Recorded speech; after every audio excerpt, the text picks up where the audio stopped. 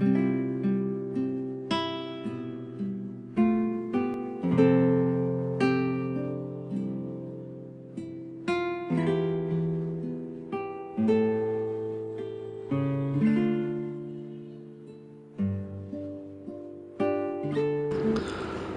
mabuting balita ng ating Panginoon ayon kay San Lucas.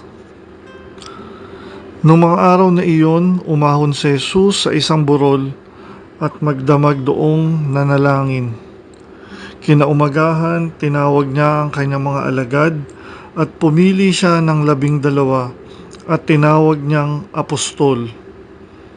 Si Simon na pinangalanan niyang Pedro at si Andres na kanyang kapatid, sina Santiago, Juan, Felipe, Bartolome, Mateo, Tomas at Santiago na anak ni Alfeo, si Simon ang makabayan, si Judas na anak ni Santiago at si Judas Iscariote na naging taksil.